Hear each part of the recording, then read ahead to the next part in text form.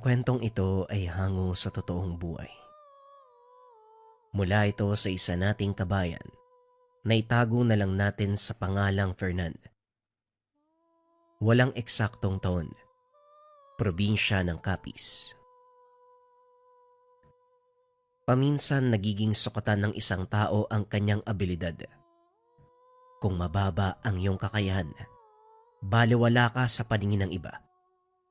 At kung meron kang taglay na kakaiba, ikaw ang magiging sentro ng atensyon. Bagay na napatunayan ng ating tampok na karakter. Lumaki si Fernan sa pangalaga ng isang lalaki na nagngangalang Santiago. Nagsilbi itong ama at guro para sa kanya.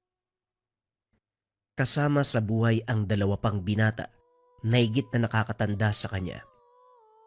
Si Martin, na noon ay nasa 20 taong gulang, at si Nino naman, 1 taon lang ang tanda kay Martin. Kapay tinuring na totoong anak ni Santiago ang tatlo. Sa kadailanang simula pagkabata, siya na ang nag-alaga sa mga ito. Biktima ng isang kalunos-lunos na sitwasyon ng tatlo, nang tamaan ng sunod-sunod na dilubyo ang probinsya. Namatay ang mga magulang ni Martin, samantalang ang kay Nino naman, hindi na malaman kung nasaan. Si Fernan ay kusang iniwan ng ama dahil hindi na kayang pakainin pa. Tinuruan ni Santiago na mamuhay ang tatlong binata gamit ang kanyang mga karanasan. Maliban pa dito, isang kilalang manggagamot at antingero ang Ginoo. Kaya naman kahit papano, may natutunan ang tatlong binata mula sa kanya. Ngunit ang kinakitaan nito ng higit na potensyal ay si Martin. Simula pa lang nang matuto ito sa mga orasyon, wala nang nakapigil sa binata upang manggamot. Alam kong gusto mo ang ginagawa mo, Martin. Pero hindi kaya nabibigla ka lang. Wika ni Santiago. Hindi po, maestro. Alam ko po na mahirap maniwala sa sasabihin ko. Pero sa tingin ko, ito ang tadhana na nakalatag para sa akin. Ay, sus naman talaga. Pwede ba huwag ka masyadong magpabida? Hindi porket natuto ka na madasal, kaya mo namang gamot, kagaya ni maestro. Hindi mo alam kung gaano kahirap ang pinagdaanan niya sa tuwing harap siya sa mga pasyente. Hindi naman sa ganun. Alam ko naman na mahirap ang maging isang manggagamot. Pero sa tingin ko, sapat na ang pinagdaanan kong pagsasanay para makapanggamot. O siya, tama na yan. Mamaya kung saan pa mapunta ang usapan nyo eh. Fernan, samahan mo ako at pupunta tayo sa bayan. Kayong dalawa, akutin nyo ang pinatuyong mga daon at ugat ng halamang gamot. Pagbalik ni Fernan, tatadtarin natin yan para maging sangkap ng pangbanyos. Ito ang karaniwang tagpo sa tahanan ni Santiago. Palaging nagbabangayan ang dalawang mas nakakatandang estudyante dahil gustong patunayan ng bawat isa ang kanilang kakayahan. Maliban kay Fernan, nang mga sandaling ito hindi pa gaanong malawak ang kaalaman ng binata sa lihim na karunungan, kaya hindi ito nakikisawsaw sa away ni Nino at Fernan. Kung titignan, masasabi mong ipinanganak na magkatunggali ang dalawa. Ngunit ang katotohanan, magkatuwang ang mga ito sa lahat ng gawain. Kaso nga lang madalas lang magbangayan ang matalik na magkaibigan na si Martin at Nino. Ilang beses na itong napatunayan ni Fernan. Isa sa mga pagkakataong iyon nang minsan silang nagpunta sa isang pistahan kung saan kamuntikan mabiktima ng manlalason si Nino. Nang mga sandaling ito mag-isang kumakain sa sulok si Fernan dahil ang dalawang kasama nakikipag-inuman sa mga kalalakihang nakipiesta. Hindi kilala ni Fernan ang mga ito dahil masayang nakikipagkwentuhan ang dalawang nakakatanda. Inakala niyang mga kaibigan nito ni Martin at Nino. Laking gulat ng binatilyo. Biglang namilipit sa sakit si Nino, kaya dali-dali itong nilapitan ni Fernan. Nang mga sandaling iyon, nagpunta sa likuran ng bahay si Martin upang magbawas. Ninyo, anong nangyayari sa'yo? Bakit parang namumutla ka ata? Hindi ko alam, Fernan. Bakit tawag mo nga si Martin? Biglang nanakit yung tiyan ko. Parang nakalunok ako ng bubog. Baka nasobrahan ka lang sa lambanog at saka hinog na lang ka. Ang mabuti pa umuwi na tayo. Sandali lang tatawagin ko si Martin. Dali-daling umalis si Fernan para tawagin si Martin. Habang si Nino naman, patuloy na iniinda ang sakit ng tiyan. Maya-maya ay dumating si Martin kasama ang binatilyo. Oh, anong nangyayari sa'yo? Bakit parang napisaan ka ng itlog sa ulo? Martin, sa palagay ko, may nanlason sa akin. Nanlason? Iisang baso lang yung iniinuman nating dalawa. Yun na nga eh. Malakas talaga ang pakiramdam ko na may dumali sa akin. May sumalisin ng dasal eh. Teka, sandali lang, Fernan. Ipahid mo tong haplas sa tiyan ni Nino. Hahanapin ko lang sa mga kainuman namin kung sinong nanlason sa kanya. Sigurado ka bang nalason ka talaga, Nino? Mamaya nasobrahan ka lang sa lambanog ah. Hindi ako maaaring nagkamali. Ni minsan hindi pa ako nakaramdam ng ganito. Unang beses kong naranasan na sumakit ang tiyan sa inuman. Tama si Nino, Fernan. Ang mabuti pa maganda kayo. Sa oras na magkaroon ng komprontasyon, alam mo na ang gagawin mo. Siguradong hindi makakalaban si Nino. Huwag mo kong ituring na bata, Martin. Huwag ituring na bata. Eh, ikaw nga to nagsusumbong na masakit yung tiyan mo eh. Hindi ba gawain ng isang bata yan? Pwede ba? Huwag na nga kayo magbangayan. Patayo na sa mesa yung mga kainuman nyo. Nang makita ni Martin na paalis na ang apat na kalalakian, dali-dali niya itong tinawag. Teka, sandali lang mga kasama. May dala pa akong pulutan at isang galon ng lambanog. At saka, maaga pa naman oh. Nagkatinginan ang mga kalalakian at napilitang maupo. Mahahalata na ginawa nila ito upang hindi mapaghalataan. Kitang-kita ng binata ang pagkabalisa sa mata ng mga ito. Salamat, Martin ha. Pero baka nag-aalala yung mga magulang namin. Nako naman, Inoy, parang hindi kita kilala. Umaalis ka nga sa inyo nang hindi nagpapaalam eh. Maupo ka muna. Gusto ko makausap yung mga kasama mo eh. Bakit naman, Martin? Anong meron? Wala naman. Interesante lang kasi ang kakayahan ng isa sa mga kasama mo. Sino? Saka, anong kakayahan? Nilaso ng kasama mo si Nino. Ngayon, gusto kong makita kung ano pa ang taglay niyang kakayahan. At gusto ko ring malaman ang dahilan kung bakit niya nilaso ng kasama ko. Sinong kasama? Ituro mo sa akin. Ako mismo ang gugulpe. Tumayo ang isa sa mga kasama ni Inoy. Lumapit kay Martin. Sa akin ka nakatingin ah. Sa palagay ko, ako ang tinutukoy mo, kaibigan ah. Wala akong sinasabi. Bakit? Tinamaan ka ba? Masyadong matabil ang dila mo. Hindi mo yata kilala kung sino ang karap mo, bata. Sino ka ba? Hindi naman talaga kita kilala at wala akong pake sa'yo kung sino ka. Ngayon sabihin mo sa amin kung ano ang dahilan at bakit mo nilaso ng kasama ko. Maangas kasi ang kasama mo. Kaya tinuruan ko lang ng leksyon. At isa pa, hindi naman yan mamamatay. Bakit nag-iimutok ka? Bakit naman ako mag-iimutok? Pero sinong nagbigay sa'yo ng karapatan para manakit ng tao dito sa baryo namin? Ha? Inoy, mukhang hindi mo yata ako napakilala sa kaibigan mo. Alam mo, wala akong pake kung nasaan man ako eh. O kung sino man ang matamaan ang gagawin ko. Kung gusto kong patayin ang kaibigan mo, wala ka magagawa at... Hindi na naituloy ng lalaki ang sasabihin. Bigla itong sinakal ni Martin at itinaas. Pilit pang kumakawala ang lalaki, ngunit napakahigpit ng pagkakahawak ni Martin. Kahit anong gawin mo, hindi ka makakalis sa pagkakasakal ng taong yan. Pagsisiyan mo ang ginawa mo. Nagkamali ka ng taong tinalo, Manong. Ngayon mo ipakita yung yabang mo. Hindi ba sabi mo wala kang pake? Kahit sino man yung babanggain mo. O pwes tignan natin. Bitawan mo ako. Walang yaka.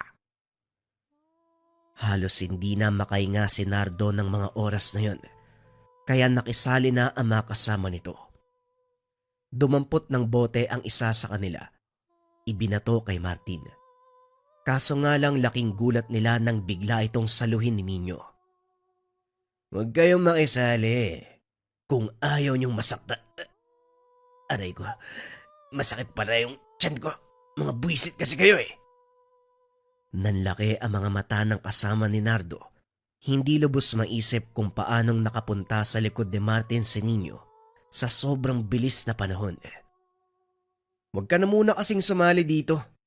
Fernan, alalayan mo nga to papunta sa bahay para maagapan ni Maestro yung lason sa katawan niya. Wika ni Martin habang sakal pa rin si Nardo. Pilit itong nagpupumiglas, kaya naman binitawan na lang ito ng binata. Walang ibang makakagamot ng lasong inilagay ko sa katawan niya kung hindi ako lang. Kaya pasensyahan tayo. Hinding-hindi ko yon gagawin. Hoy, wala akong pakialam sa'yo ha. Hindi mo alam kung anong magagawa ng maestro ko. At sisiguraduhin ko sa'yo, magsisisi ka sa ginawa mo. Sa oras na makarating kay Manong Santiago ang lahat ng impormasyon. Manong Santiago, sandali lang.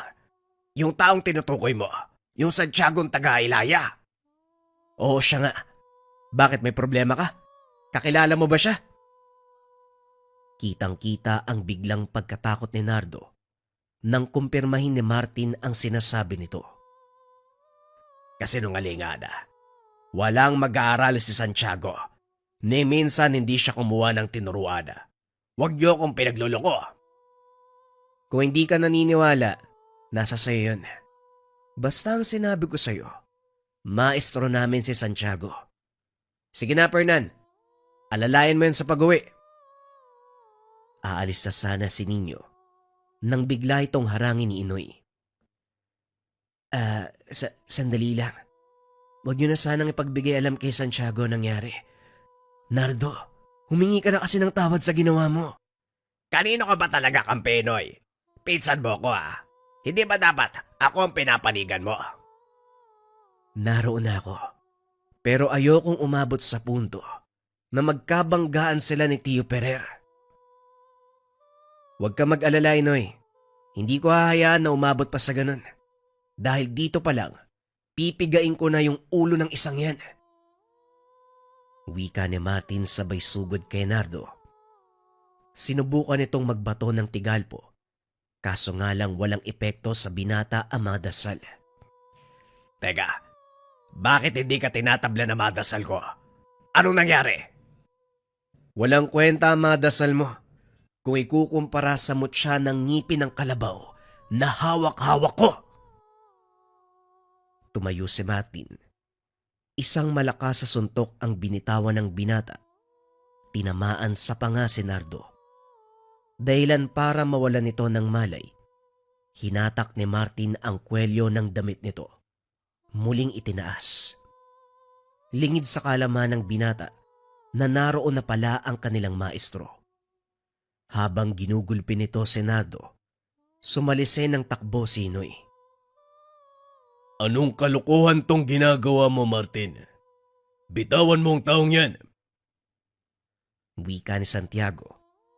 Kagad namang binitawan ni Martin si Nardo. Sila po ang nauna, maestro. Nilason po ng taong to si Nino eh. Nakarating na sa akin ang nangyari. Pero hindi mo naman kailangang gawin yan sa tao. Tignan mo nga yung itsura niyan. Kamunti ka na magkapalit ang magkabilang bagang. Kung nakinig lang sana siya sa akin, Hindi naman mangyayari sa kanya yan eh. Kaso mapagmalaki, hindi marunong tumanggap ng pagkakamali niya. Parang ikaw lang din. Tama na. Hayaan mo na ang taong yan. Pero maestro, Narinig mo ang sinabi ko. Hindi ko na uulitin pa. matapos magsalita ni Santiago, dumiretso na ang binata papunta sa kanya. Maestro, umalis na po tayo di... Sinong may sabing alis tayo? Harapin mo ang bunga ng ginawa mo. Wika ni Santiago, sabay nguso sa likod ng binata. Napalingon si Martin at nakita si Inoy kasama ang isang matanda. Oh, kailan ka umalis sa pwesto mo, Inoy? At saka sino yung kasama mo? Eh di habang ginugulpe mo si Nardo, etong kasama ko walang iba kung hindi ang tsuy naming si Tio Ferrer. Wika ni Inoy. Nagkatinginan ang matanda pati na rin si Santiago. Ah, ikaw pala ang gumulpe sa pamangkin ko. Bakit? Anong kasalanan niya sa inyo? Sasagot pa sana si Martin nang bigla itong pigilan ni Santiago. Ako nang bahalang makipag-usap sa isang to.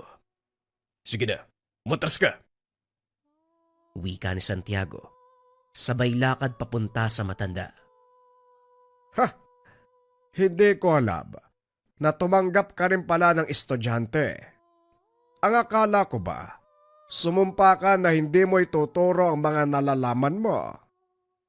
Oo, tama ka. Sa totoo lang inampong ko sila at natuto sa sarili nilang pamamaraan. Kaya hindi ko rin masasabi na mga estudyante ko mga yan. Kahit saang anggulo mo tignan, mula sa iyo ang mga kaalaman nila. Hindi lahat tandang Ferrer. Maaaring may natutunan sila, pero hindi ko itinuro ang lahat ng nalalaman ko. Kung ano man ang ginagamit na kakayahan ni Martin, ito ay bunga ng kanyang pagsisikap. Pero hindi yan ang pinunta ko dito. Sa nakikita ko kasi, mukhang nagrabyado ang pamangkin ko.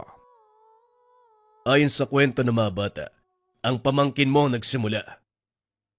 Ah, ganun ba? Pinaniwalaan mo naman. Ha! Anong klase kang magulang? Kinakatigan mo ang maling gawa ng mga anak-anakan mo. Wala akong nakikitang mali sa ginawa ni Martin.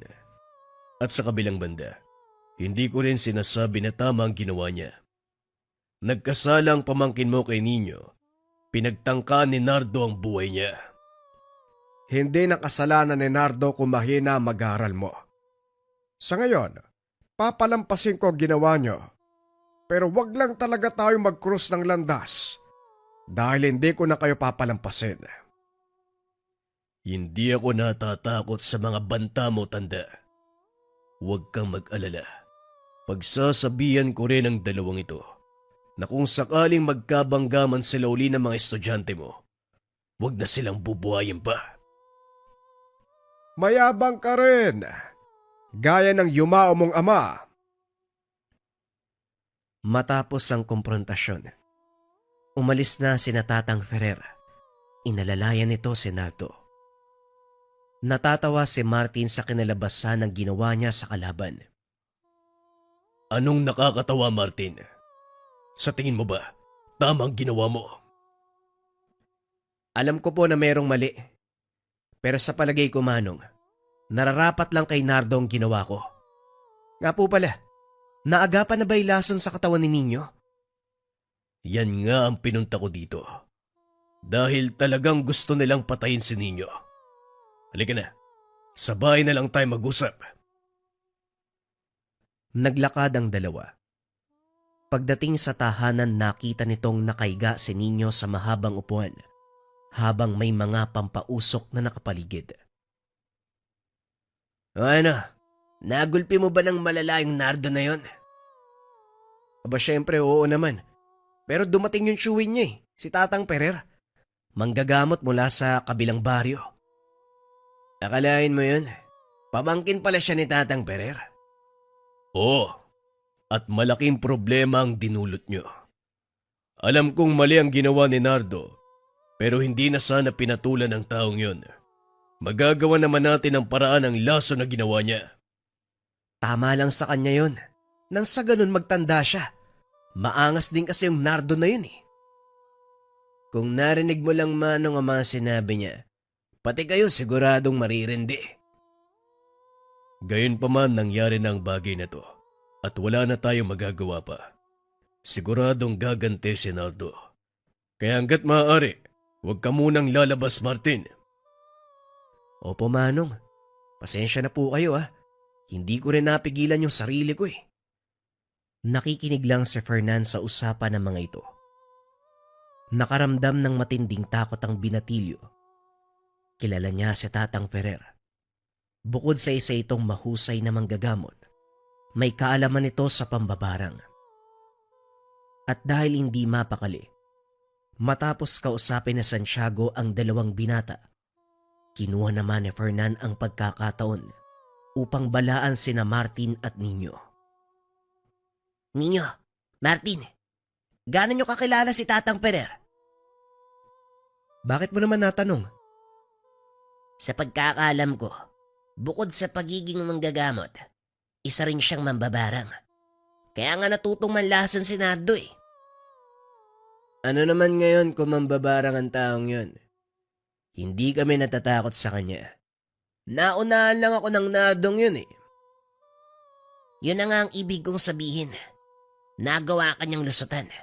Paano kung ulitin niya? At sa pagkakataong yun, mapuruan ka na. Siguraduhin niya lang na mamamatay ako. Dahil sa oras na makaligtas ako sa gagawin niya. Mata niya lang ang walang latay. May punto si Fernan Nino. Nagawa kang lusutan ni Nardo. Kung tutusin, mag-aaral lang siya ng matandang yun. E paano pa kaya kung si Tatang Ferrer mismo ang gumawa? Kung sa bagay, may punto kayong dalawa. E ano nga bang dapat nating gawin, Martin? Hindi ko alam. Pero sa ngayon, sundin na muna natin ang sinasabi ni Manong Santiago. Huwag muna tayong lalabas. Pag-uusap ng tatlo. Isang hapon papauwi si Fernan galing sa paaralan. Nakita nito ang isang lalaki na nakaupo sa gilid ng daan. Kumakain ito ng karning nakabalot sa dahon ng saging. Mabango ang amoy, kaya naman natakam ang binatilyo. Inalok siya ng lalaki. Hindi ito tumanggi. Kumuha ng malaking hiwa si Fernan. Kinain ito habang naglalakad. At bago tuluyang makalayo, hinabol siya ng lalaki. Inabutan ng isang buho ng murang kawayan. Bagaman nagtataka, hindi na nagtanong pa ang binatilyo. Bago pa man makarating sa tahanan, nagawa na nitong ubusin ang hiwa ng karne. Kaso nga lang pagpasok sa bahay, napansin ni Nino ang hawak niyang buho ng kawayan. Oh, mabuti naman nandito ka na. Ikaw na magpakain ng mga manok. Napakain ko na yung mga baboy eh. Teka, ano yung dala mo? Ay ito ba? Hindi ko alam eh. Basta kinuha ko lang dun sa lalaki nagbigay sa akin ng kaperasong karne. Karne? Anong klase yun? Ewan, basta masarap. Isa pa gutom na ako eh. Kaya hindi ko na tinanggihan. Pagkatapos nun, inabot sa'yo yung kawayan. Oo eh. Bakit mo na itanong? Wala naman, sige na magbihis ka na. Pakainin mo mga manok. Mamaya lang nandito na si Manong Santiago. Mapapagalitan ka na naman. Matapos ang pag-uusap, nagpunta si Fernan sa likod ng bahay upang magpakain ng mga manok.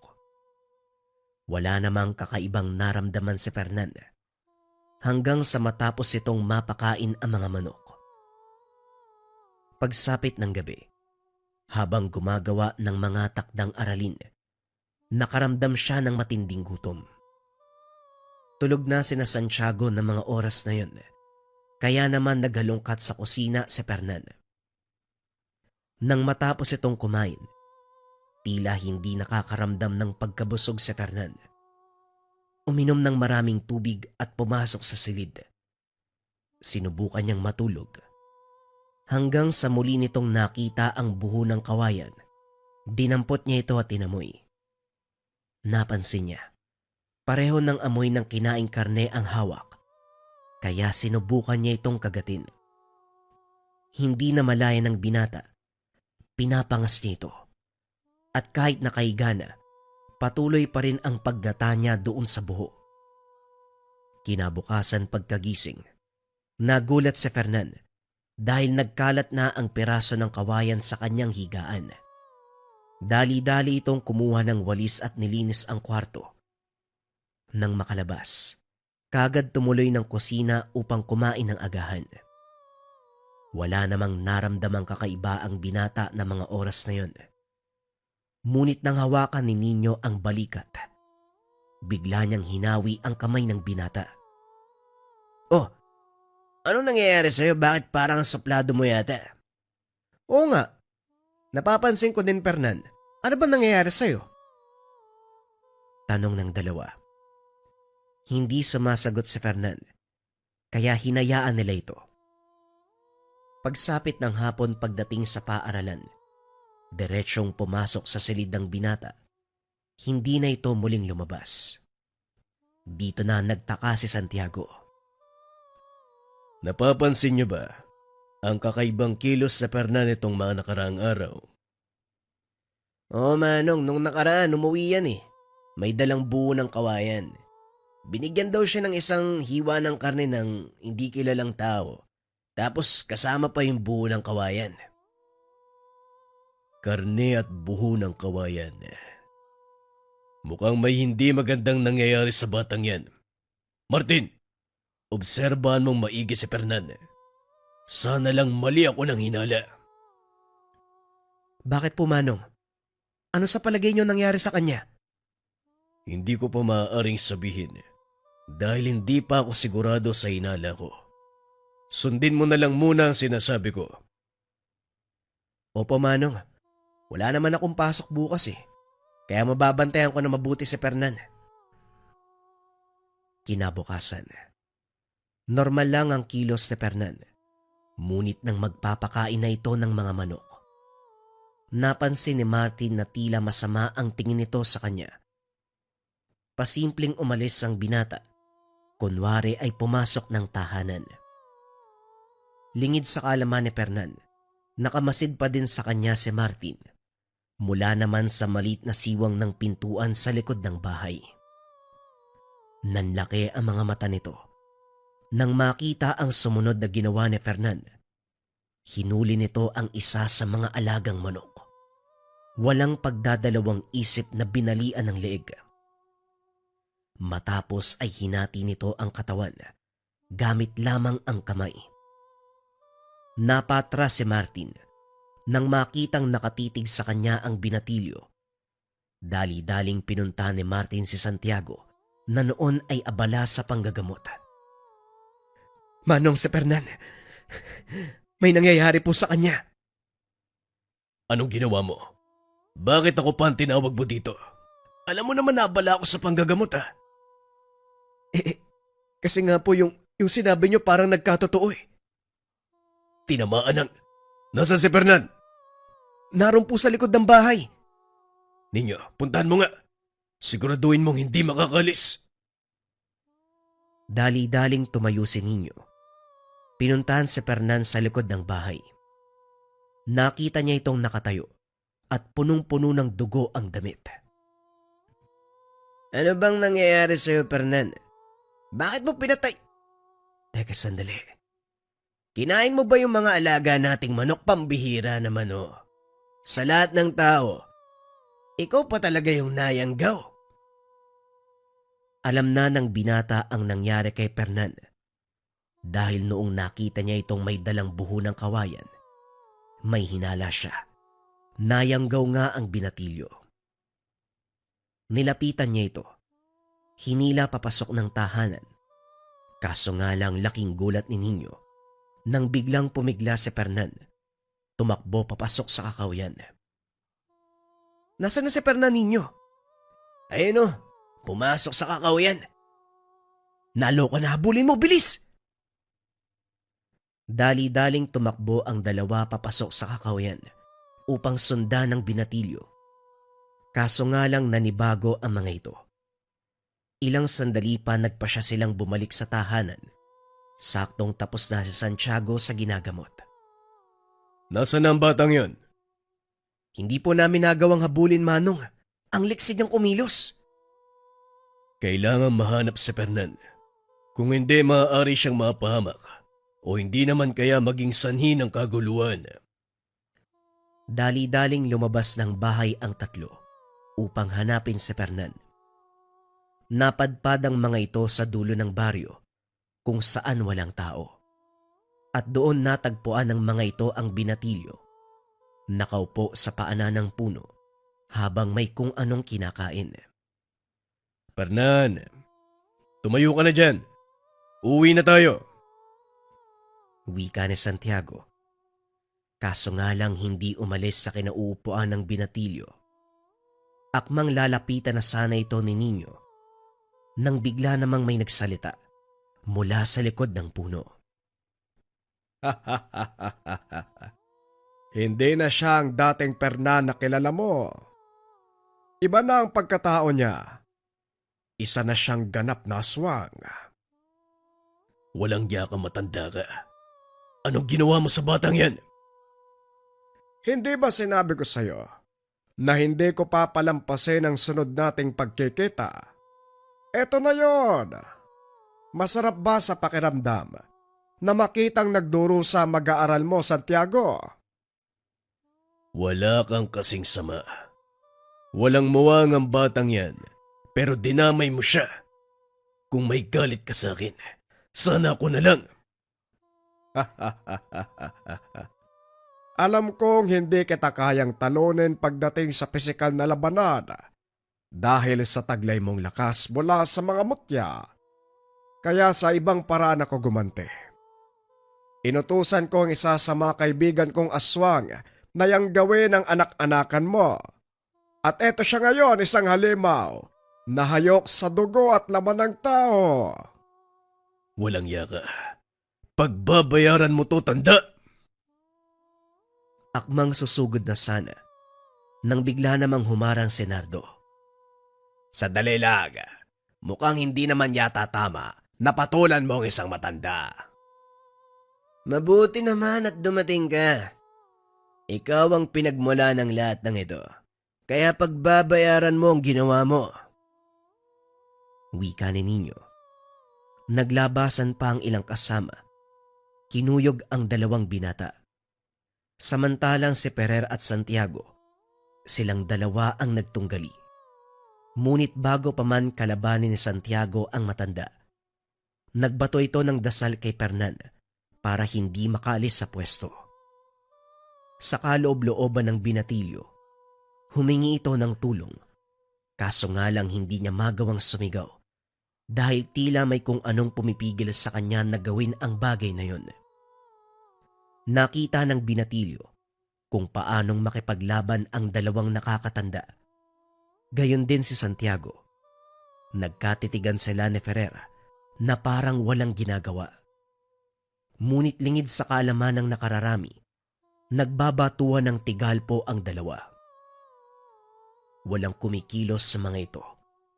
Kapwa hindi nagpapatalo. At kung sino ang matira, ay siyang mananalo.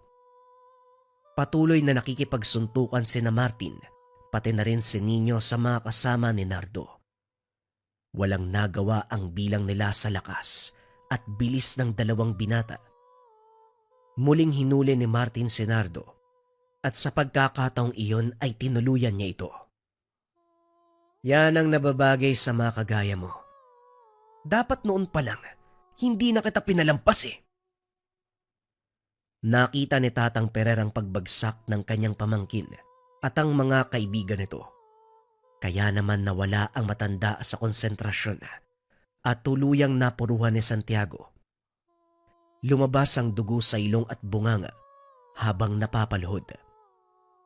At dahil nangihina na ang katawan, inakala ni Santiago na susuko na ito. Ngunit hinampas ng matanda ang kamay sa lupa. At ilang segundo lang ang nakalipas naglabasan ang mga nilalang sa paligid. Sila ang mga aswang na nangyanggaw sa pinakamamahal mong mag-aaral. Ngayon tignan natin kung makakayanan mong labanan ng mga yan. Hinawakan nito ni Santiago sa ulo. Walang pagdadalawang isip na binali ang leeg. Sinugod ng mga aswang ang Ginoo. Dali-dali namang sumaklolo sina Martin at Nino. Gamit ang kakaibang bilis ni Nino, mula sa tangan na pangil ng kidlat, nagawa nitong sanggain ang atake kay Santiago. Hinawakan nito ang kamay ng aswang. Naglabas ng patalim at paulit-ulit na sinaksak sa tagiliran ang kalaban. Matapos ay hinagis niya ito palayo. Samantalang si Martin naman, pinagtulungan ng dalawang aswang. Ngunit hindi umubra ang mga ito sa lakas ng mga suntok ng binata. Paramihan tayo ng mapapatay na aswang ninyo. Ang matatalo, maghuhugas ng kulungan ng baboy bukas. Nakuha mo pang makipagpustahan. O sige, papatulang kita. Wika ni Nino. Sabay na sumugod ang dalawa. Pinagsusuntok ang mga kalaban. Hindi makapaniwala si Santiago na ganon kalayo ang narating ng dalawang mag-aaral. Nagpatuloy ang laban hanggang sa kusang umatras ang mga aswang. Papasikat na din ang araw ng mga sandaling iyon, kaya kinuha ng mga aswang ang kanilang mga kasama bago tuluyang umalis sa lugar. Mukhang hindi ko na malayan ang unti-unti niyong pagunlad. Wala eh. Ayaw mo naman kasi kami turuan, kaya ito nagsariling sikap kami. Masaya ako sa narating niyo. Pero mamaya na tayo mag-usap. May kailangan pa tayong asikasuhin. Wika ni Santiago habang hinunguso si Fernan.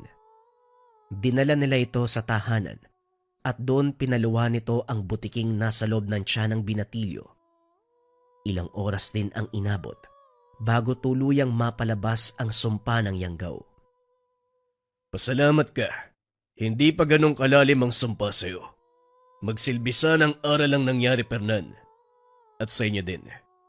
Alam kong malakas kayo, pero hindi ibig sabihin palagi kayong makikipagbasag ulo. Isaalang-alang nyo din ang sitwasyon. Hindi na po mauulit, Manong. Pati tuloy si Fernan nadamay pa. Hindi na dapat magsisihan tungkol sa bagay na yan. Ang importante nalaman nyo ang kahalagahan ng pagtitimpi at kung ano mangyayari kapag pinairal ang galit at paghihiganti. Wika ni Santiago.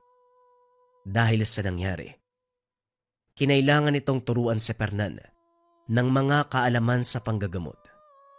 Hindi sinasadyang nabuksan ang kakayahan ng binatilyo. Ngunit hindi naman nasayang ang pagod ni Santiago dahil naging mahusay na manggagamot si Fernan. Ito ang nagmana ng lahat ng kaalaman ng guro, bagay na ikinatuwa ng dalawang nakakatanda. Sa paglipas ng panahon, nagpasya si Martin at Nino na hanapin ang kanilang landas. Nilisan ng mga ito ang tahanan ni Santiago at simula noon, hindi na muling nakita ni Fernan ang dalawa. Gayunpaman, nanatili sa kanya ang masasaya at masalimuot na alaala, lalo na nang minsan itong nasaksiyan ang labanan sa pagitan ng mga antingero kontra sa kawan ng mga aswang.